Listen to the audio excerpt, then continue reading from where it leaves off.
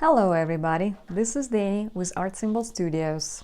Today we are going to look at the super awesome oil pastel set from Sennelier. I have 24 portrait colors and let's see, so it has a brochure inside. Looks like with different products that Sennelier offers. And it has some information about the oil pastels and a swatch, but we're gonna make our own because I think this is all of their 120 colors. And we're gonna look specifically at just ours. Beautiful. Let's look at an individual stick. It's not very big.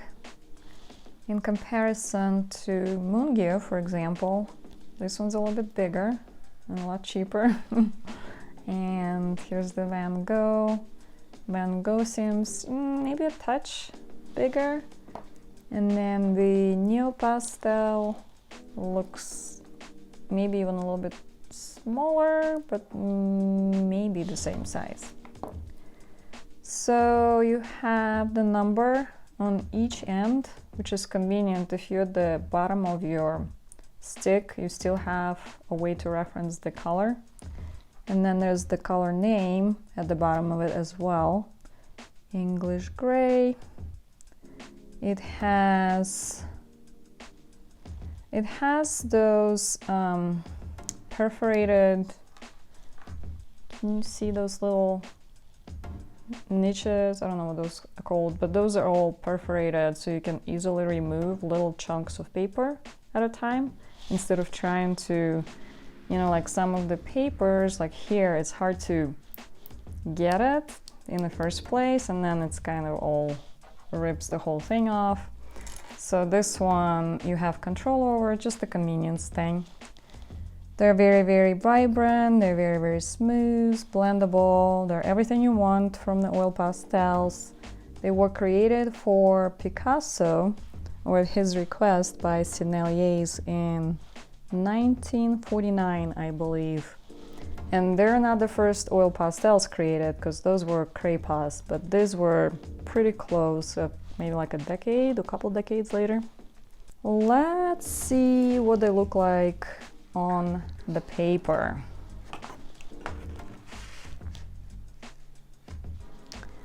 So I think, I think I'm gonna go this way, kind of this way from the box, because 1, 2, 3. So I have 12. I think I have 12 here as well. So I'm going to start with the white.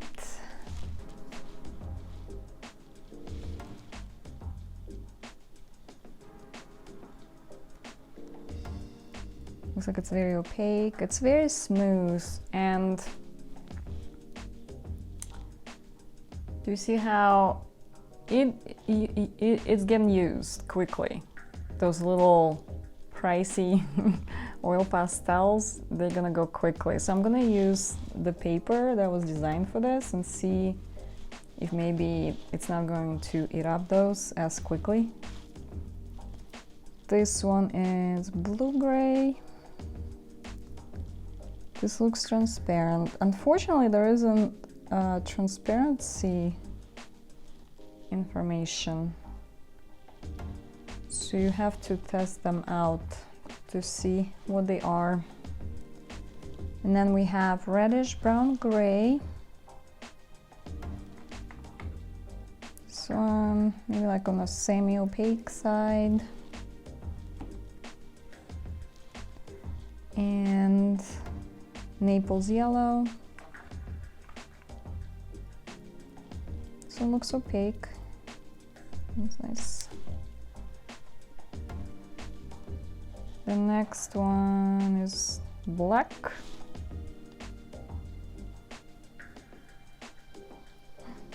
I can't see underneath. It's very, very black. It looks it looks like it's very packed with the pigments. And then we have Flash Ochre. Oh, this one's nice and opaque. It's a nice skin color. Yellow Ochre. This one's on the transparent side.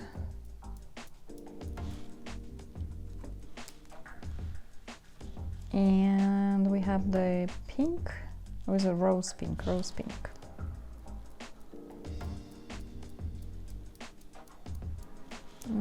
Also on the transparent side. Have the sepia, that one's opaque.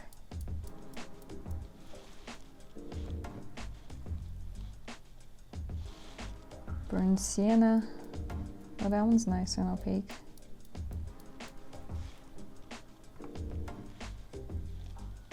And rose sienna. This one's opaque as well.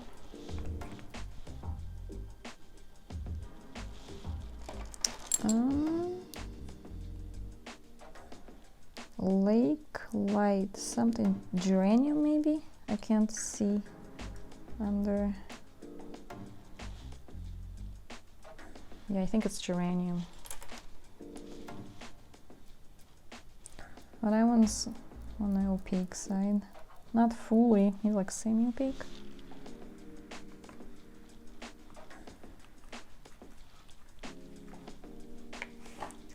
And then we have brown matter. Oh, I think it was just pink.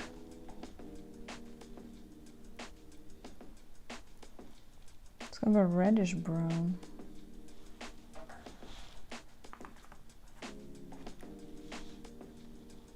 Violet ochre. Oh, that one's nice and opaque. Can you tell I like opaque colors better? Intense, permanent, intense red, I think.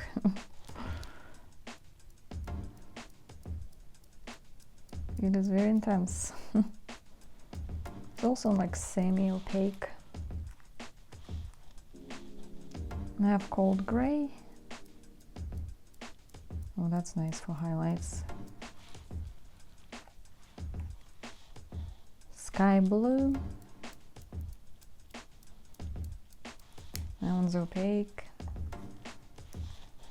Royal blue. That's pretty.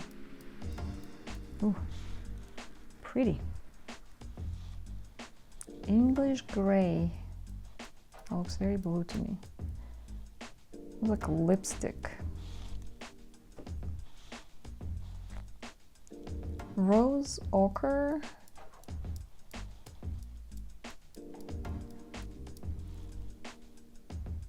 It's not as opaque as this one.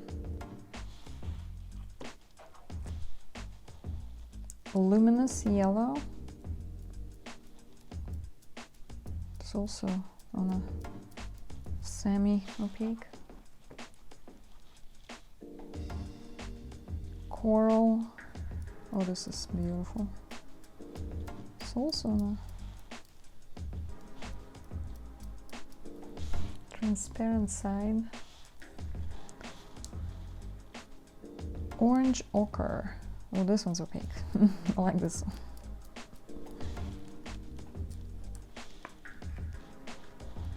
And a light English red. Oh, it's pretty.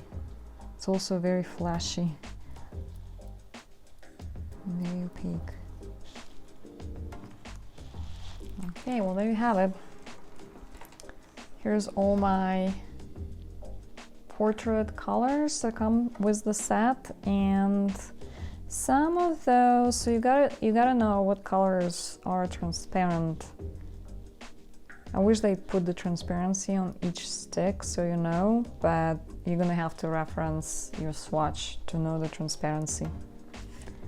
Let's see how they blend and layer, just so we can get a feel before we do the actual painting.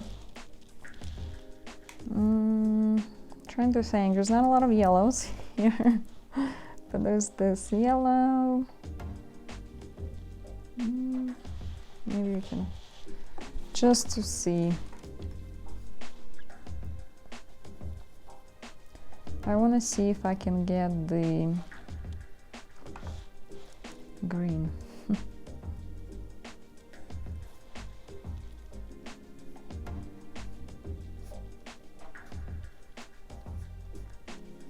And you can definitely get the green.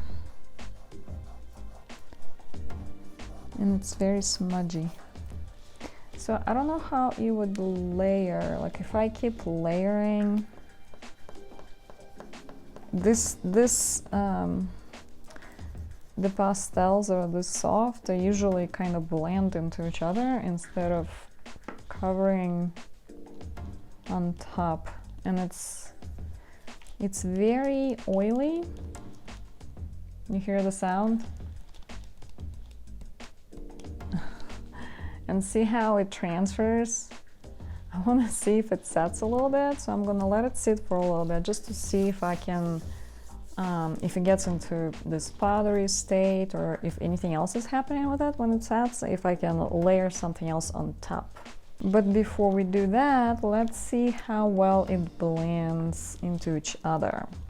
So if I had one color going, I'm gonna put a little bit more this time.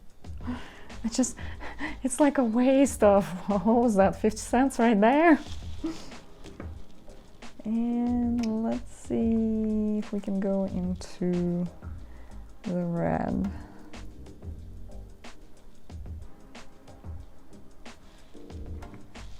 And I just want to see how easy it is to remove the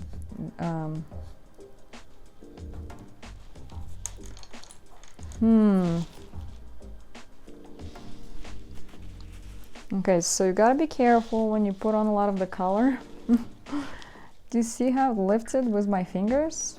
Like, it's not just that it feels like you can blend this really easily. See how it spreads? It's super smooth and super, super creamy.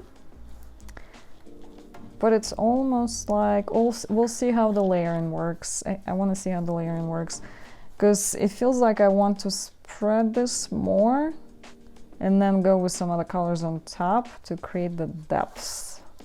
Because if I can just blend this, it's lifting too much of one side than the other, so it could be a little finicky.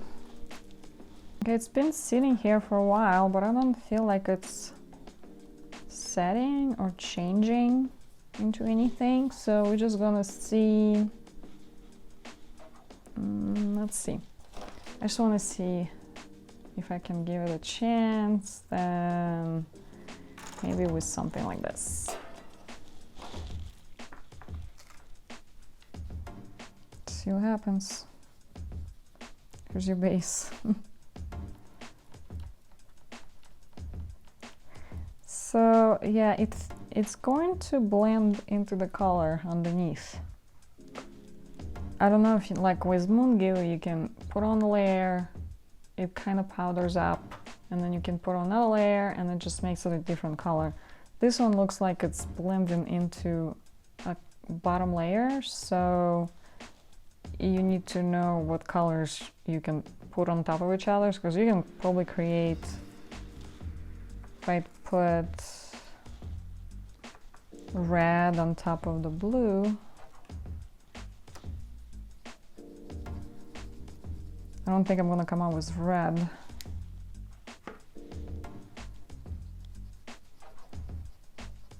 Yeah, it's gonna be like this blended color. All right, so let's see how they behave on Sennelier's paper that was designed specifically for this oil pastels, and what we can make with them. These pastels are absolutely wonderful. The full range includes 120 colors, 110 of those are standard and 10 are iridescent.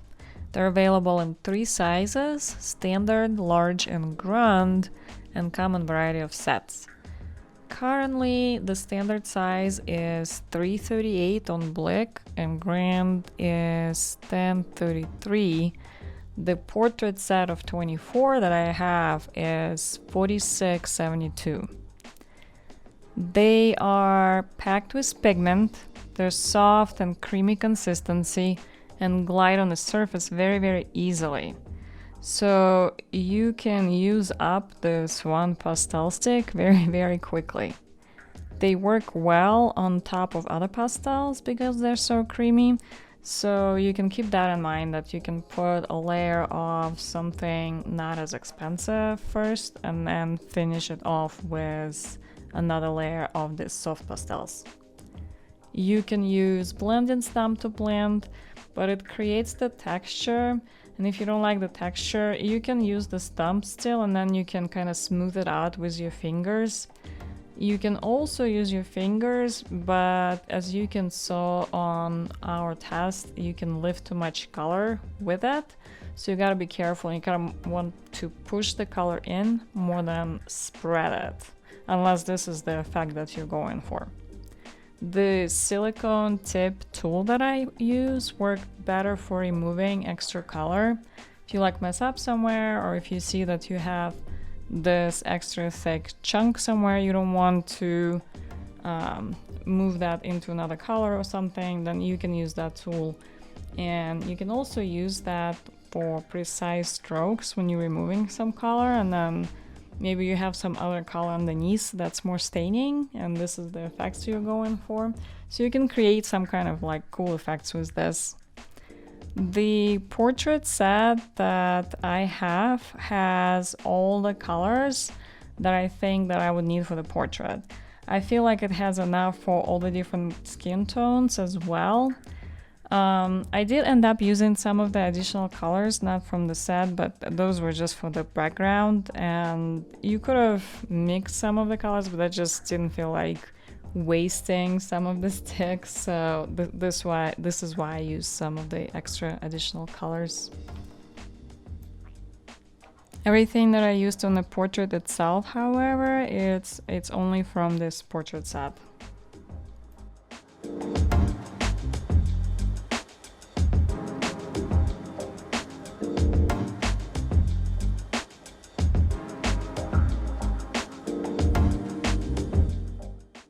Hope you enjoyed this video. Please like, subscribe, love to all, and have a great day.